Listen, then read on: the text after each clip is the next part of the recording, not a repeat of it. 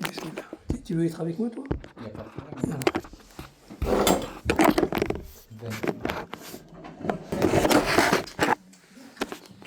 Sinon, tu peux. Comme ça, regarde. Mets-le sur la vitre direct. Voilà, c'est bon. Est-ce que il a mal dans la vidéo? Non, il n'est pas. non, Non. Je sais bien ce que j'ai fait. Hein. Arrêtez de casser. Il est cassé?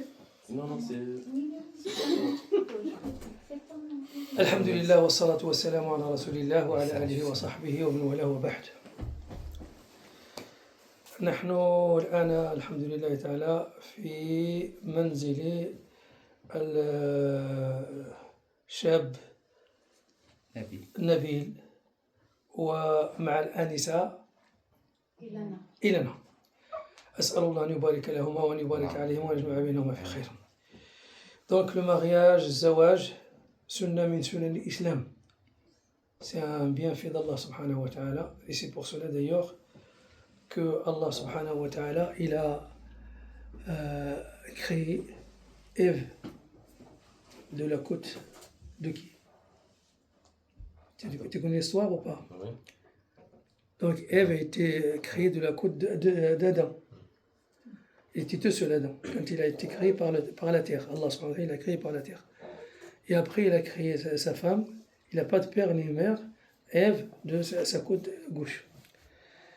Et ce qui veut dire que toi et ta femme, Inch'Allah ta'ala, vous allez devenir comme un seul corps. Est-ce que tu as compris ce que je veux dire? On devient comme un seul corps. Yani jasad wahid. Ça veut dire que tu dois prendre soin de ta femme et elle prend soin de toi. Ce qui va te faire du mal, il va le faire de mal. Ce qui va le faire de mal, il va le faire de mal. C'est la même chose, d'accord? C'est-à-dire parce qu'on devient qu'un seul corps. Et mon corps à moi, je ne peux pas accepter que quelqu'un me blesse ici ou ici. C'est la même chose, d'accord? Je veux dire, la main droite, qui va me blesser ici, mais il va souffrir. Est-ce que tu as compris?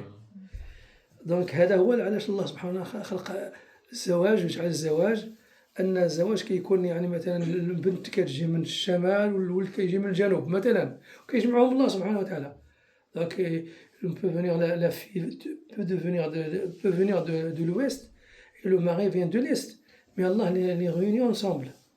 Et en plus de ça, Allah subhanahu wa ta'ala كيقول في القرآن ومن آياته أن خلق لكم من أنفسكم أزواجا لتسكنوا إليها وجعل بينكم مودة ورحمة.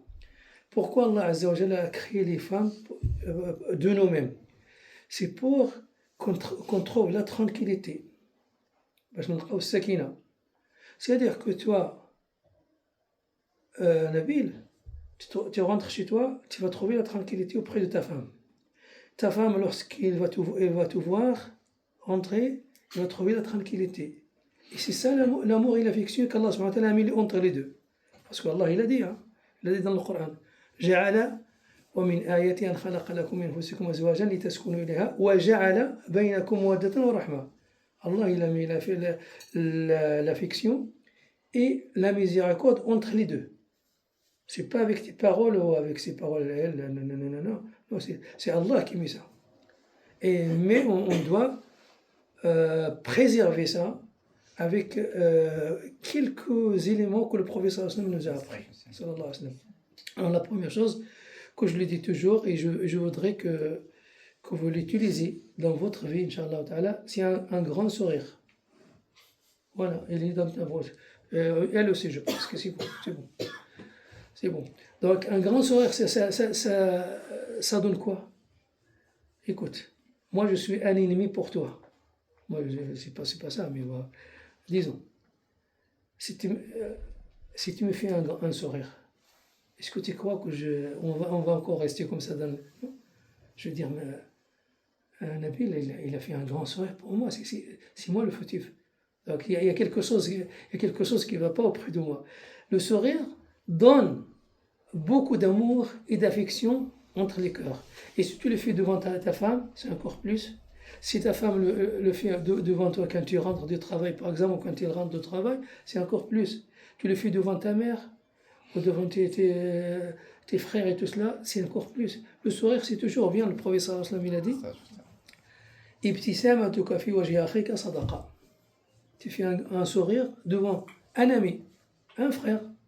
C'est pas le frère de sang. Un frère, tu trouveras quelqu'un là-bas, tu fais un sourire, Allah Azza wa Jalla, il va te donner bhayla atati al-flus, sadaqa, fi sabilillah, une aumône. Subhanallah.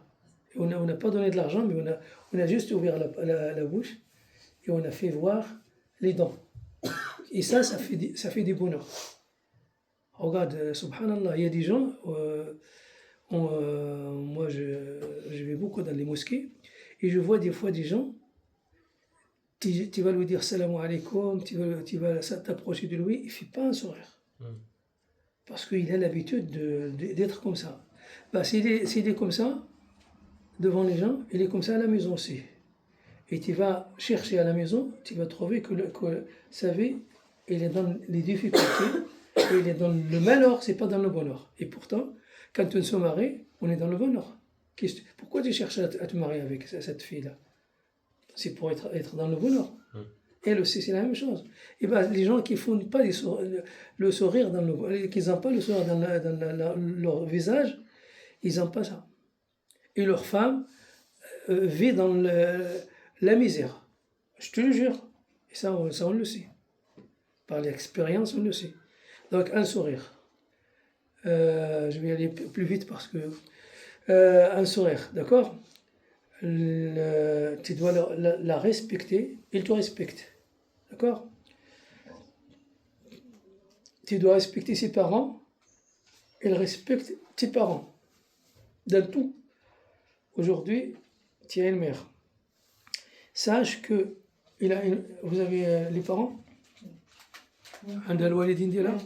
لا انا عرفت عندها الوالدين ديالها. Donc ses parents deviennent comme tes parents aussi. Dans le respect, dans les visites, dans tout. Et comme ta mère, elle devient comme sa mère. Exactement. Donc le respect aux parents parce que ça aide que la vie continue, Inch'Allah, dans le bonheur. D'accord. Alors qu'est-ce que je viens de dire? Ça peut être toi. Si tu veux. J'ai dit le sourire, le respect et la patience. Sabr. محتاجين للصبر بزاف. On a besoin de beaucoup de patience. D'accord? Beaucoup de patience, soit pour toi, soit pour elle. Parce que vous êtes éduqués différemment. Pour que les deux soient ensemble, on a besoin de patience. Il se peut que tu fais quelque chose que ta femme n'aime pas. Il se peut que ta femme fait quelque chose que toi, tu n'aimes pas. Avec quoi on va essayer de régler ça? Avec la patience. Sabr. Sabr, c'est oui, en plus de ça, il faut effacer. Ta mère, il m'a dit qu'il a écouté mon discours, c'était la même chose. On doit effacer les fautes avec une gomme magique. Pas une gomme qu'on achète à Carrefour. Une gomme magique qu'on doit avoir dans les mains, qu'Allah la donne au mari. Parce que lorsqu'Allah il dit وَجَعَلَ بَيْنَكُمْ مَوَدَّةً وَرَحْمَةً, il a mis entre vous affection et la miséricorde, il nous a donné aussi une gomme magique dans les mains. Mais on ne la voit pas. Et avec ça, on efface. S'il y a un problème, s'il y a un petit souci, si ma femme fait quelque chose que j'aime pas, si mon mari fait quelque chose que moi j'aime pas, j'efface et je pardonne. Effacer et pardonner. C'est facile باش تمسح. ولكن إلا ما سمحتيش من قلبك كاين والو ياك. Je peux dire à Amine maintenant, il y a quelque chose entre nous. Écoute Amine, je te pardonne. Allez, je te pardonne, on parle plus, c'est fini. Hein. Est-ce que j'ai effacé? Non. Il faut que je dise Amine, je te pardonne et on efface tout. On commence. C'est pour cela il y a des gens qui pardonnent des gens, mais ils n'effacent pas il reste des choses dans le cœur. Et ça, c'est pas bon. Et entre un mari et une femme, il ne faut pas avoir ça. Si vous voulez vivre dans le bonheur, il ne faut pas avoir ça. Même s'il y a un petit quelque chose, on a tous des problèmes. Vous savez, on a tous. Tous les couples, tous ceux qui sont mariés, ils ont des problèmes. Mais on essaye de les régler. D'accord? Pardonner et effacer. D'accord? Qu'est-ce qu'il me reste encore à te dire? Donc, Tu rigoles, toi. Hein. C'est la vérité. Hein. Wallah, écoute, si tu appliques ce que je viens de te dire, Wallah, vous êtes dans le bonheur, Inch'Allah. Ils vont l'appliquer, Inch'Allah. Ils vont l'appliquer. Donc, il ne faut pas casser tout. Hein. Donc, de toute façon, je vais le mettre d'ici ce soir, j'allais le mettre sur YouTube, Imam Zuhair, et puis tu peux le regarder, dis ce qu'il dit sur Barbie-là, on va voir ce qu'il dit. Je pense que c'est quelque chose de bien, hein, d'accord? Donc, tout ce que je viens de te dire, c'est le prophète sallallahu alayhi wa sallam qui le faisait avec sa femme. Parce qu'il fait un sourire, même s'il a des problèmes, qui est hak, qui est ibtasam, وخا عنده مشاكل. Il aide, alors je sais qu'il me reste quelque chose. Quand tu rentres à la maison, on s'entraide à la maison. Je peux aider ma femme elle peut m'aider si j'ai besoin d'elle, et s'il a besoin de moi, je peux l'aider. Oublions ce qu'ils font les gens de bled, les blidards, là, des fois. L'homme il rentre, il met le pied sur l'autre, il attend de sa femme, ramène-moi un verre d'eau, ramène-moi ça, et toi tu fais quoi alors? Bouge un petit peu, ramène-moi. Le prophète sallallahu alayhi wa sallam, il aide ses familles, et pourtant c'est le prophète. Le Nabi sallallahu alayhi wa sallam qui a l'azwaj d'Ilo. Pourtant c'est le chef d'État, c'est le président d'État, c'est l'envoyé d'Allah.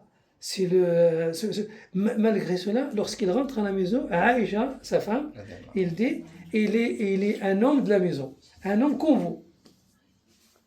Donc il faut faire tout ça, Inch'Allah ta'ala. أسأل الله سبحانه أن يبارك لكم وأن يبارك عليكم ويجمع بينكم في خير. أسأل الله أن يبارك لكم وأن يبارك عليكم ويجمع بينكم في خير. سبحان ربك رب العزة عما يصفون وسلام على المرسلين والحمد لله رب العالمين. Félicitations مرة أخرى إن شاء الله.